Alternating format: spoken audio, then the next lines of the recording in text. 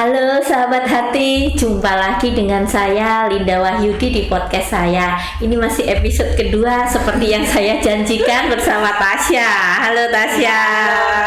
Iya, thank you sudah mau berbagi. Iya. Nah, seperti yang saya janjikan tadi Tasya, di dalam babak-babak kehidupanmu ada babak yang pahit juga bagi kamu pribadi. Ya, yang saya tahu kamu juga mengalami kegagalan dalam berkeluarga, mungkin mirip-mirip mami kisahnya. Nah, saya ingin kamu menceritakan bagaimana proses pertumbuhan imanmu mengalami hal sepahit itu gitu.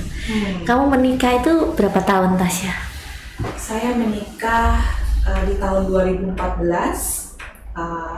2 tahun Tuhan kasih kesempatan buat saya untuk bisa berada di dalam pernikahan. Lalu di tahun 2017 pertengahan ya, itu terjadi sesuatu di mana saya menemukan sesuatu bahwa suami saya ada sesuatu dengan wanita lain gitu. Lalu pada saat itu konflik besar gitu, dan waktu itu suami saya nggak mengakui, dia tidak mengakui itu, dan membuat saya akhirnya keluar dari rumah. Waktu itu saya pergi dari rumah, saya tinggal di kos gitu ya, dan kurang lebih selama sebulan itu saya berada di kos itu. Saya balik kembali akhirnya ke rumah, tapi suami saya udah nggak tinggal di rumah. Jadi kami waktu itu mengontrak rumah pas kami menikah gitu ya. Jadi sudah tidak ada di rumah, dan saya mencoba untuk menghubungi dia baik WhatsApp ataupun telepon, nomornya masih sama tapi dia tidak membalas. Kalau WhatsApp dia baca, dia tidak balas. Kalau telepon dia tidak menjawab gitu.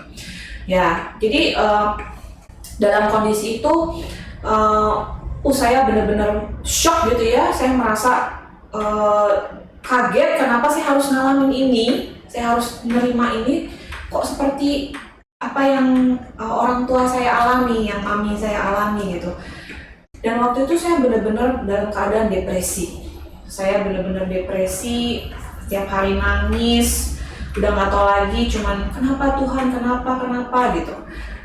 Nggak keluar kamar waktu itu beberapa hari, cuma nangis aja. Kurang lebih saya ingat mungkin sekitar 4 bulan lah gitu. Saya benar-benar yang hancur, sehancur-hancurnya, depresi banget gitu. Saya dalam keadaan waktu itu melayani di gereja saya. Karena saya di bidang musik, jadi saya melayani di area departemen musik gitu. Dan pada saat dalam kondisi seperti itu, saya tetap memilih untuk melayani. Dan saya juga tetap memilih untuk tinggal di dalam Komsel gitu. Ada komunitas teman-teman yang menguatkan saya dalam keadaan terpuruk saya gitu. Nah, jadi saya nggak tahu dia kemana, dia nggak bisa dihubungin. Terus dalam keadaan saya juga waktu itu nggak ditinggalin uang gitu ya, dan waktu itu ada cicilan mobil gitu. Benar-benar makanya banyak hal kayak aduh gimana ini Tuhan, saya bingung masa depan saya mau gimana nih, saya kok digantung kayak gini, ini saya statusnya apa gitu. Nah, sampai akhirnya 2 tahun Tante Linda, 2 tahun ya, 2 tahun saya harus hidup dalam keadaan Yang tidak tidak jelas. Ya, tapi bersyukurnya puji Tuhan dalam keadaan 2 tahun itu saya tetap berada di jalan yang benar gitu, dan ada di lingkungan yang benar gitu. Jadi itu yang saya bilang menjaga saya sekali gitu, yang benar-benar menjaga saya sekali sampai saya nggak bisa, maksudnya nggak bikin yang aneh-aneh gitu dalam keadaan menanti itu. Dan kamu dihidupi sama Tuhan? Dihidupi, dipelihara sama Tuhan. Jadi banyak hal-hal ajaib yang Tuhan kerjakan. Saya ngajar musik juga kan, jadi murid-murid itu kayak datang mengalir seperti air, mau les dong gitu. Akhirnya ya itu dari situ saya bisa bayar cicilan mobil sampai lunas. Waktu itu 2 tahun lagi saya bayar. kehidupan hari-hari dipenuhi, dipelihara, nggak kekurangan apapun gitu. Itu jadi pengalaman iman saya sama Tuhan gitu. Jadi ketika hari-hari ini ngalamin pandemi kayak gini ya, saya udah pernah punya pengalaman kok Tuhan pelihara saya dengan ajaib, dengan luar biasa. Jadi saya nggak takut untuk hal seperti keadaan yang kita alami ini ataupun ke depannya, karena sudah punya pengalaman iman dengan Tuhan. Ingat Elia dikasih Makanan sama burung gagak. Ya. Itu Tuhan pelihara. Jadi 2 tahun kamu kerja pelayan tanpa tahu status yang jelas. Iya, betul. Saya hanya ya udah, saya jalanin aja. Tapi selama 2 tahun itu memang dalam keadaan kayak apa ya, bergumul gitu ya, dalam arti gini. Ini gimana ya? Saya kalau misalnya saya yang mengajukan terlebih dahulu mungkin untuk bercerai, saya tahu itu tidak benar gitu. Jadi tapi gimana, kok saya statusnya apa gitu? Saya mau, ibarat saya tuh mau maju nggak bisa, mau mundur nggak bisa, ke kanan nggak bisa, ke kiri nggak bisa, cuman diem aja gitu. Nggak tahu mau ngapain, nggak bisa ngapa-ngapain juga gitu. Jadi saya tanya sama teman-teman, sama pemimpin gereja, minta konsultasi gitu. Ya mereka bilang kamu harus menunggu gitu. Kamu tahu kebenaran ya kamu harus lakukan kebenaran. Ya udah, saya tunggu. Sampai akhirnya proses 2 tahun itu adalah proses yang tepat. Saya bisa bilang begitu karena saya mengerti itu akhirnya bahwa Tuhan lagi persiapin hati saya gitu. Hancur, remuk, tapi Tuhan kasih hati yang baru untuk saya bisa mengampuni suami saya. Itu yang paling penting. Ini babak baru lagi di mana Tuhan mau saya mengampuni suami. Kalau yang kemarin tuh mengampuni papa gitu. Mengampuni suami saya, benar-benar berdamai dengan situasi yang ada, yang saya alami itu gitu. Berdamai dengan ya udah, memang saya harus ngalamin ini gitu.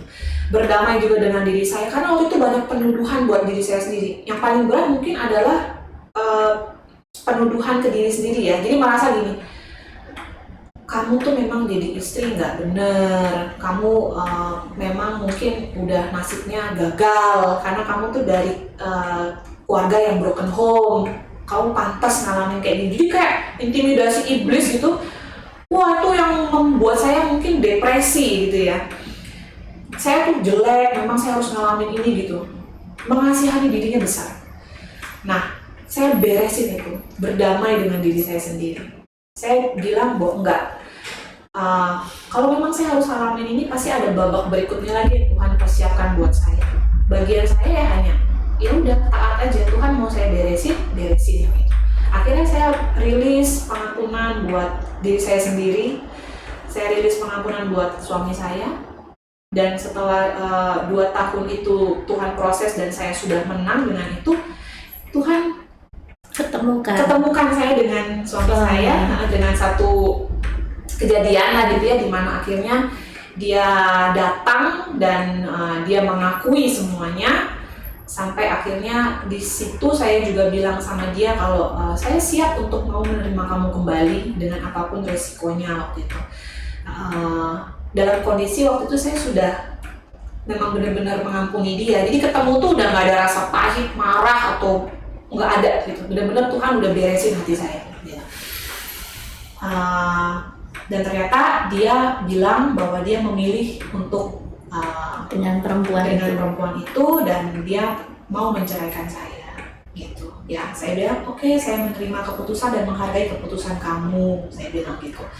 Akhirnya ya dia berjanji akan mengurus itu ke pengadilan gitu. Setelah itu selesai diurus? Enggak langsung. Jadi saya pikir juga ya udah saya tunggu aja kan gitu, tinggal ya udah nih penantian 2 tahun beres gitu kan. Ternyata enggak, ada babak lagi, Tuhan kasih saya suruh untuk ya sabar lagi gitu, diproses lagi. Jadi waktu itu kok dia nggak hubungin saya gitu. Sampai sebulan, 2 bulan, berapa bulan waktu itu ya? Dari Maret sampai Agustus kalau nggak salah, sampai Juli gitu ya. Sampai akhirnya saya kayak jadi detektif tante. Saya cari di mana nih kan waktu itu kan WhatsApp, telepon, kondisinya seperti itu kan. Akhirnya kayaknya saya harus emang detektif cari dia tinggal di mana gitu kan. Akhirnya ketemu bosnya yang di tempat dia kerja. Bosnya nunjukin ini loh rumahnya dia nih gitu. Saya datengin dong rumahnya waktu itu, tapi dia nggak ada, suami saya nggak ada di rumah itu, yang ada Perempuan itu dengan anak-anaknya. Oh, dia punya anak mereka. Dia punya anak, itu anaknya kembar. Lalu saya ketemu perempuan itu pun juga dalam keadaan Tuhan udah siapin hati saya. Saya ketemu juga dengan keadaan yang damai gitu, nggak ada kebencian, kemarahan, nggak ada sama sekali. Jadi saya ketemu dia, saya ngomong baik-baik dengan dia, dan dia belum tahu waktu itu awalnya bahwa saya itu istrinya, tapi sampai ada satu percakapan, dan di akhir percakapan itu saya bilang bahwa saya istrinya, dan dia kaget, dia nangis, dia minta ampun, dan saya bilang, saya juga sudah mengampuni kamu, saya bilang gitu, saya sudah menerima semua, saya cuma mau minta tolong kalau bisa bantu saya, maunya ini bagaimana, kalau memang mau dengan kamu ya dibereskan dengan saya, supaya dia bisa jalan ke depannya dengan kamu dan anak-anak gitu. Ya sudah, akhirnya dari sejak pertemuan itu, besoknya saya pulang, lalu kemudian saya terima ada WhatsApp dari suami saya. Dia bilang, oke, kita ketemuan di pengadilan gitu. Ya udah, akhirnya ketemuan lah di pengadilan waktu itu. Urus semua gitu. Akhirnya kurang lebih sekitar 3-4 bulan saya mengurus perceraian dengan sidang-sidang itu, sampai akhirnya sudah selesai di akhir tahun 2018 kalau nggak salah. Ya, 2018. 2018 apa ya? Saya lupa tahunnya. Dari 2016 deh, tadi saya salah, 2016 sampai 2018 gitu kejadiannya. Bukan, tadi saya ada bilang 2017 pertengahan, salah, kayaknya 2016. Sudah agak lupa sih Tante, karena saya juga sudah melupakan yang seperti itu gitu. Ya itu, jadi beres waktu itu. Saya juga waktu ketemu di pengadilan juga udah kayak teman sama suami saya. Tuhan udah bersihin bener-bener gitu, nggak ada benci apa. Jadi ketemu dia udah yang enak, kayak ngobrol temen, gimana kabar kamu, anak-anak gimana, kerjaan gimana gitu. Dan itu juga saya heran. Saya bilang kalau bukan karena Tuhan nggak mungkin lah ya saya bisa punya hati seperti itu. Itu semua karena Tuhan. Sudah selesai sampai situ? Sudah. Pernah kontak? Nggak pernah ketemu? Kalau kontak udah nggak pernah, karena ya mungkin nggak ada hal yang juga untuk menghubungkan kita lagi gitu ya. Kalau ketemu juga nggak pernah. Saya nggak tahu dia sekarang ada di mana, tinggal di mana. Tapi ya kalaupun nanti misalnya suatu hari ketemu ya saya nggak apa-apa gitu. Saya udah Seperti teman. Ya, saya sudah menerima seperti teman, sudah bisa seperti teman. Tasya, ketika mengalami hal-hal pahit seperti itu yang cukup berat, ada kemarahan kepada Tuhan? Puji Tuhannya Tante, waktu saya ngalamin kejadian saya sendiri itu tidak ada kemarahan. Jadi banyak orang yang tanya kayak, kamu marah nggak sama Tuhan? Saya justru malah heran, saya bilang, kok malah heran? Bagus sih sebenarnya, maksudnya enggak, saya nggak marah sama Tuhan. Bahkan waktu saya ditanya waktu pelayanan itu, kamu boleh kok untuk off dulu kalau mau pelayanan, untuk kamu bisa tenang dulu gitu. Saya bilang sama pemimpin departemen musik di gereja itu, saya bilang, enggak, saya nggak mau. Karena kalau saya berhenti pelayanan, seperti saya itu marah sama Tuhan gitu. Ya udah, gara-gara ini Tuhan nih, aku nggak usah pelayanan lagi. Aku udah, justru waktu saat-saat kejadian itu Tante, yang saya tahu suami saya itu saat-saat dimana saya lagi bener-bener, istilahnya lagi bener-bener sama Tuhan gitu, kayak taat banget, pelayanan apa gitu. Kok ngalamin itu gitu? Harusnya kan nggak terima dong. Kok lagi cari Tuhan banget, kok mesti ngalamin ini gitu. Tapi puji Tuhannya saya nggak menyalahkan Tuhan gitu. Saya tetap setia, konsisten pada saat itu untuk tetap melayani Tuhan, melakukan bagian saya, tetap melakukan kebenaran, tetap berada di dalam komunitas Komsel itu gitu. Itu yang menjaga saya. Wow. Saya nggak kebayang kalau saya misalnya, ya udah saya nggak mau pelayanan lagi gitu. terus saya misalnya bahkan nggak gereja-gereja lagi gitu ya, itu kan saya mengurung diri, mengasihaninya lebih besar gitu kan. Saya nggak mau ketemu orang misalnya, kan biasanya kayak gitu kan. Wah, udah nggak usah lagi lah. Mungkin itu yang akan menghancurkan saya gitu. Tapi karena saya lawan itu, saya tetap oke, memang ini terjadi. Tapi kan harus, kita nggak bisa istilahnya kayak pasrah gitu ya dengan keadaan. Hidup tetap terus berjalan gitu kan. Jadi gimana kamu mengambil responmu tuh gimana gitu. Kamu bisa pilih cuma 2 respon, benar sama respon salah gitu. Ya saya pilih yang benar lah. Seperti yang saya share di podcast sebelumnya, jangan sampai ruginya double gitu. Kamu ngalamin sesuatu, pasti Tuhan mau ajarin sesuatu gitu. Jadi kamu tinggal pilih mau responnya yang mana. Ya saya pilih respon yang benar gitu. Sekalipun waktu itu saya belum tahu saya akan ngalamin apa ke depannya gitu. Tasya, saat suamimu mengatakan dia pilih wanita itu, sedangkan kamu sudah bilang kalau mau pilih saya terima, kita mulai lagi dari nol. Apakah ada perasaan penolakan? Merasa ditolak, merasa ternyata dia lebih milih dia loh gitu. Enggak waktu itu. Jadi saya percaya juga itu sudah Tuhan persiapkan gitu. Jadi waktu dia ngomong itu saya nggak pahit lagi, nggak marah gitu atau merasa tertolak, enggak. Jadi saya dalam keadaan sudah siap, sudah bisa terima gitu. Jadi nggak apa-apa waktu itu ketika dia bilang enggak, saya mau pilih wanita itu dan anak-anak, saya akan ngurus pengadilan menceraikan kamu. Oh ya sudah gitu. Saya dalam keadaan sudah siap, sudah terima. Jadi resikonya apapun lah, kayak kalau kamu mau terima saya balik sama kamu, tapi kalau kamu nggak mau ya saya menghargai keputusan kamu gitu. Untuk jadi perempuan yang dewasa itu bagaimana? Ini kan sangat dewasa ini, tidak semua orang bisa terima begitu loh, Tasya. Saya juga nggak ngerti Tante, mungkin itu ada bagian dari pengalaman saya dengan mami papi yang ngalamin seperti itu, pembentukan Tuhan gitu ya, membuat saya menjadi ya mungkin wanita yang tough gitu ya.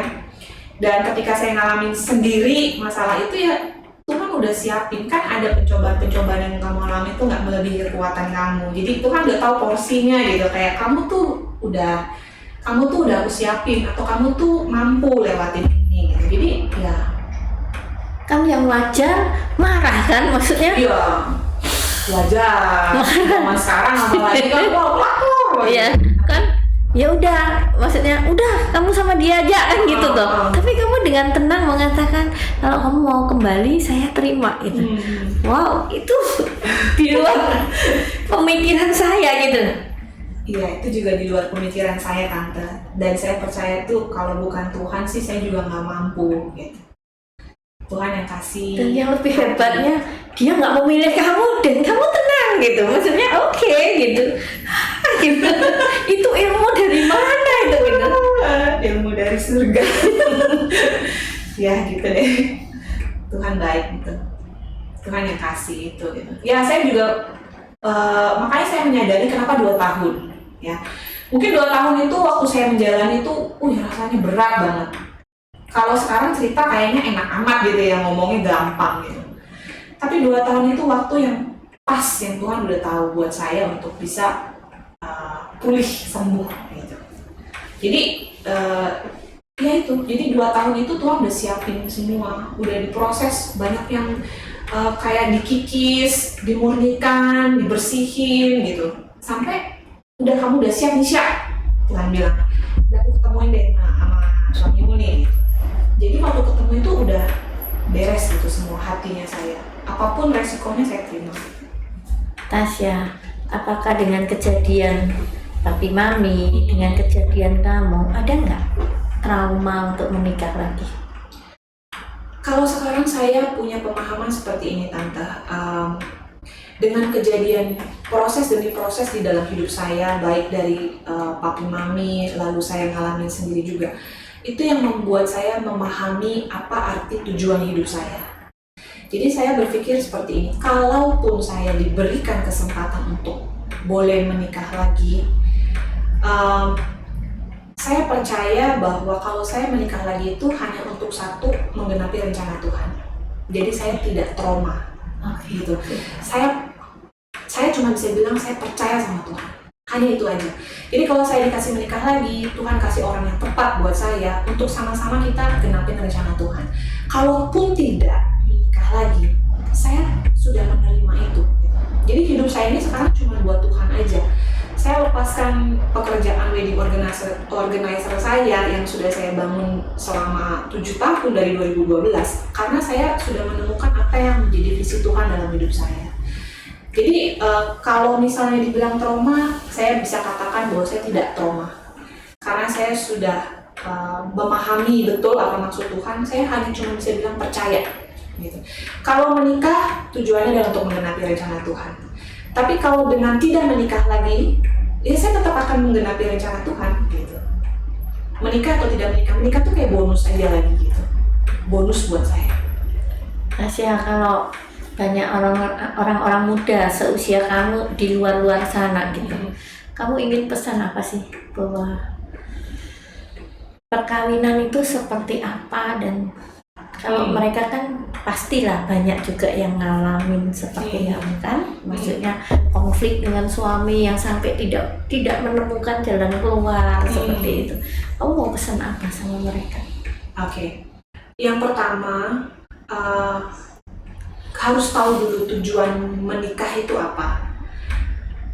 Saya waktu menikah dengan, saya bilangnya sekarang mantan suaminya, itu saya belum memahami seperti punya pemahaman yang sekarang gitu. Itu memang Tuhan proses gitu ya.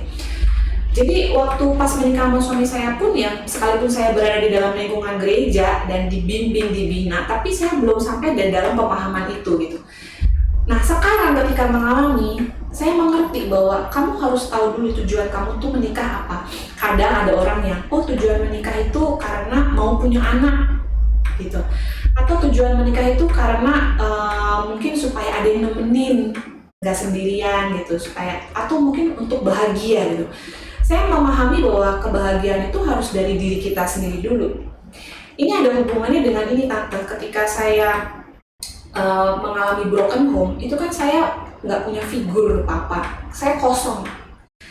Tapi ketika saya menerima kasih Bapa, saya terima pengalaman saya dengan Tuhan, itu yang membuat saya penuh gitu. Waktu saya menikah dengan mantan suami saya pun, saya dalam keadaan juga mungkin belum penuh gitu, belum mengerti, masih mencari puzzle atau kekosongan itu.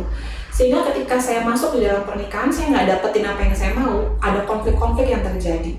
Nah, saya bisa bilang bahwa kegagalan pernikahan saya itu pun bukan sepenuhnya kesalahan suami saya. Saya bisa sampai di mana memahami bahwa ya, itu juga menjadi bagian andil saya, karena kan menikah tuh dua belah pihak, nggak satu aja gitu. Pasti saya juga punya kesalahan, makanya saya bisa berdamai, saya menerima kegagalan rumah tangga saya. Nah, setelah itu saya belajar bahwa ya, kamu harus penuh dulu dengan Tuhan gitu, baru kamu bisa memberi kepada pasangan kamu gitu. Jadi kalau mau menikah harus paham betul gitu, diri kamu ini sudah selesai belum dengan diri kamu, sudah berdamai belum dengan diri kamu, sudah penuh belum dengan kasih Tuhan gitu. Karena kalau belum, pasti nanti bukan berarti nggak bisa ya, tapi PR-nya lebih berat gitu untuk di dalam rumah tangga. Untuk kamu masih mungkin harus beresin konflik-konflik apa, atau harus berdamai dengan apa gitu. Jadi satu poinnya, kamu harus tahu dulu tujuan kamu menikah apa. Kalau saya memahami bahwa kalau Tuhan kasih kesempatan saya menikah lagi, tujuannya hanya untuk menggenapi rencana Tuhan gitu. Karena menikah adalah inisiatifnya Tuhan. Kalau kamu menikah ya karena untuk menggenapi apa yang menjadi rencana Tuhan gitu. Bukan untuk punya anak, anak juga bonus, anugerah gitu. Kalau dapat anak ya itu juga ada bagian daripada rencana Tuhan untuk kamu menggenapi juga rencana Tuhan gitu, anak itu. Kalau kamu mau ada yang nemenin, ya kamu kan bisa punya teman, banyak teman-teman baik itu yang seiman gitu kan, saudara-saudara seiman. Ya kamu nggak usah menikah gitu, tapi paham betul kamu tahu tujuan kamu. itu jadi jangan sampai menikah hanya karena untuk supaya nggak kesepian, atau hanya untuk supaya misalnya nggak malu di ngomongin orang, kok umur segini kamu belum nikah-nikah gitu, atau untuk capai target misalnya, wah cewek biasanya umur 35 ke atas tuh udah kalau nggak perawan tua kayak gitu kan. Hal-hal itu harus, pemikiran-pemikiran yang salah seperti itu harus diberesin gitu. Andaikan ada orang yang mengalami konflik sampai depresi begitu sama pasangan, apa yang kamu ingin katakan sama mereka? Kalau untuk konflik di dalam suatu hubungan itu sampai depresi ya. Kalau yang saya cerita berdasarkan pengalaman saya aja. Waktu itu saya yang paling jelas saya ingat adalah ya saya tetap punya hubungan sama Tuhan. Memang sulit dalam keadaan kayak gitu, pasti sulit untuk tetap bisa melihat Allah. Tapi kita harus paksa gitu. Kita harus paksa daging kita istilahnya gitu, karena nggak bisa, kalau nggak pasti akan ketarik, akan berlarut gitu. Harus paksa, memang ya udah ini memang terjadi, ya udah harus paksa untuk tetap datang ke Tuhan. Nah, yang kedua saya waktu itu melihat karena saya tetap berada di komunitas yang benar gitu. Saya punya komunitas komsel di gereja, saya tetap ada di situ. Terus yang ketiga ya karena saya melayani, saya tetap ambil bagian itu. Itu yang menjaga saya untuk sampai saya tidak hancur gitu. Ya, ya mungkin itu sih Tante ya. Luar biasa. Kalau saya baru-baru ini ketemu teman yang ya sama-sama bergerak di sama-sama belajar lah, suka belajar. Itu kan dia mengatakan antara fakta sama persepsi itu harus dibedakan. Perceraian itu adalah fakta. Iya. Nah, yang lain-lain itu persepsi. Rasa terluka, rasa tidak layak, pasti saya ada sesuatu, itu adalah sesuatu yang kita tempelkan pada fakta ini. Dan kalau persepsi itu dikasih nama, dikasih perhatian, dia jadi besar, energinya itu jadi besar, jadi semakin terpuruk. Fakta adalah fakta, persepsi adalah persepsi, seperti itu. Mungkin itu juga lebih memudahkan orang untuk mengerti ya. Iya. Memisahkan antara fakta dan persepsi. Mungkin itu ya penjelasannya kalau ilmiah begitu. Ya kalau saya secara spiritualnya, saya ya itu sih pengalaman itu yang saya lewati, yang bisa membuat saya kuat gitu melewati semua itu. Tentu di dalamnya ada Tuhan sampai kita mampu memisahkan yang mana fakta, yang mana persepsi, beres sudah.